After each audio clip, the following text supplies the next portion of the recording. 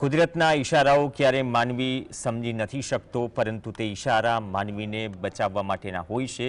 જમતા જમતા કપડા પર ડાઘ પડ્યો અને તે ડાઘ સાફ કરવા તથા નાવા ગયેલા તબીબે પણ મોતને હાથ તાળી આપી। ડૉક્ટર ટેડી મરા પણ આવા જ એક ભાગ્યશાળી વ્યક્તિ છે કે તે એ જ મેસમાં જમી રહ્યા હતા, પરંતુ પ્લેન ક્રેશ થયું, પરંતુ કુદરતનો ઇશારો સમજો કે તેનું ભાગ્ય તે બચી ગયા। નોર્થ ઇસ્ટના અરુણાચલ પ્રદેશથી અભ્યાસ અર્થે આવેલા ડૉક્ટર ટેડી મરા હજુ પણ कुदरतनो आभार मानी रहा है। उस समय में घटना से पहले मैं वो कैंटीन में खाना खाने गया था। कैंटीन में खाना खाते समय मेरा एक हमको कॉल आता है बायोप्सी के लिए, अल्ट्रासाउंड का बायोप्सी के लिए कोई बोला है को वहाँ जाना है। तब वो उसी से हम इमीडिएटली जाके मेरा रूम में आगे गया।